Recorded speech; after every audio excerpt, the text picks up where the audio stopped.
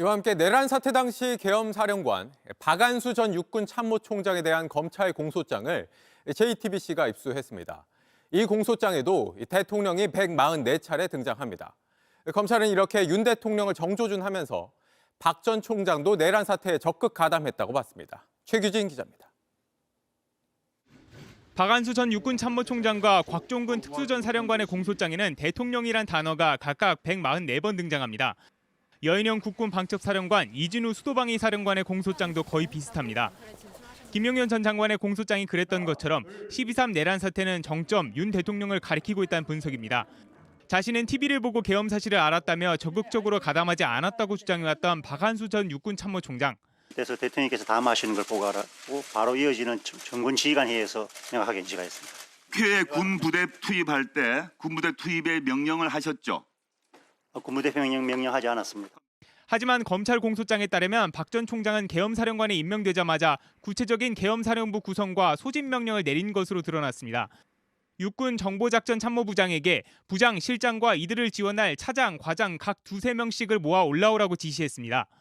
특히 2실 8처에 참모진을 구성하고 계엄 사령부를 용산 합참으로 이동시킬 것도 지시했다고 명시했습니다.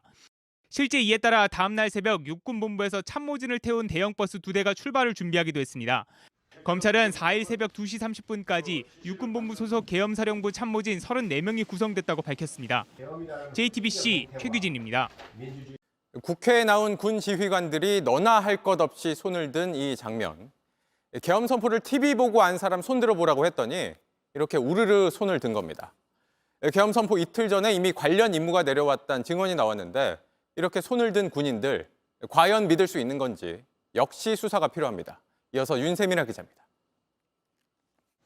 계엄 당일 TV를 보고 계엄 선포 사실을 알았다고 말했던 곽종근 특수전 사령관은 실제 임무를 최종 부여받은 시점은 계엄 선포 이틀 전이라고 말을 바꿨습니다. 계엄에 실제 알았던 시점이 언제입니까? 최종 임무 받은 것이 12월 1일 일요일이었습니다. 제가 받은 임무가 국회와 선관위, 민주당사, 여론조사꽃에서 6개였는데 그 6개 지역을 확보하라는 임무를 제가 유선 비화폰으로 받았습니다.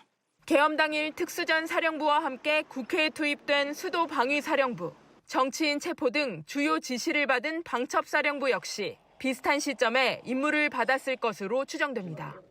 하지만 나머지 지휘관들은 여전히 3일 밤 대통령의 생중계를 TV로 보고 나서야 사태를 파악했다고 주장하고 있습니다. 지금 여기 50명의 지휘관들이 앉아 있어요. 여기 중에서 TV 보고 비상계엄을 아는 사람 손들어 보십시오.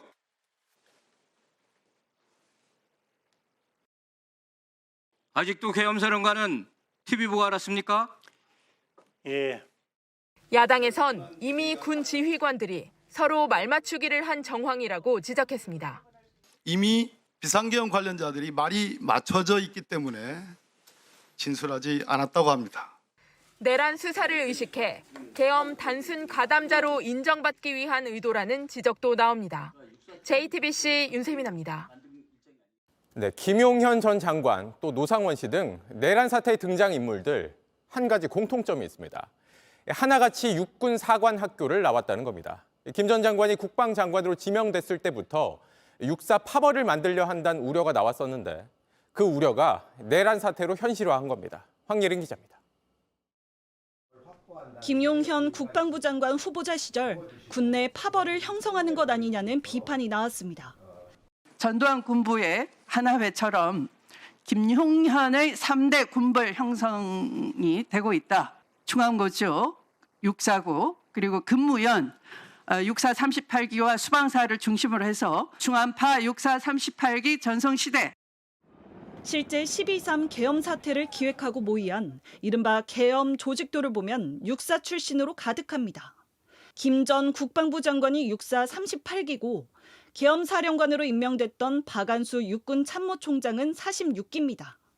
이 계엄 사령관은 원래 계엄 관련 업무를 관장하는 김명수 합참 의장이 맡을 것으로 여겨졌는데 해군사관학교 출신인 김 의장 대신 육사 출신 박 총장이 임명된 겁니다. 이번 계엄에서 핵심 역할을 맡았던 정보사 출신들도 모두 육사 출신입니다. 롯데리아에서 사전에 계엄 회동을 했던 노상원 전 정보사령관, 문상호 현 정보사령관도 각각 육사 41기 50기입니다. 노 전 사령관이 불러냈던 또 다른 정보사 김모대령 정모대령 역시 육사를 낳았습니다. 계엄 당일 김 전 장관과 점심을 함께한 방정환 국방부 정책기획차장, 방 차장과 함께 오후에 판교에 있는 100여 단 정보사를 간 93회 육군 제2기갑 여단장도 육사를 임관했습니다. 육사가 아닌 육군 3사관학교 출신인 100여 단 단장의 경우 계엄 당일 부대장인데도 회의실에 들어가지 못한 것으로 전해졌습니다. 엘리트 군인을 양성하기 위해 만들어진 육사에 대한 비판이 나오는 이유입니다. JTBC 황예린입니다.